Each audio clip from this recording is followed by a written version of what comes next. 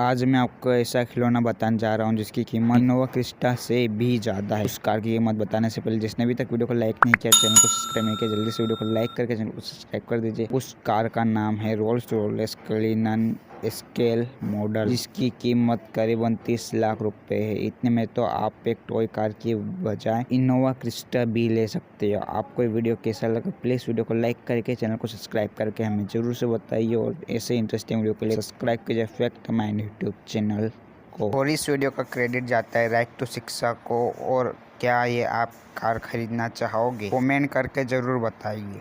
Thanks for watching.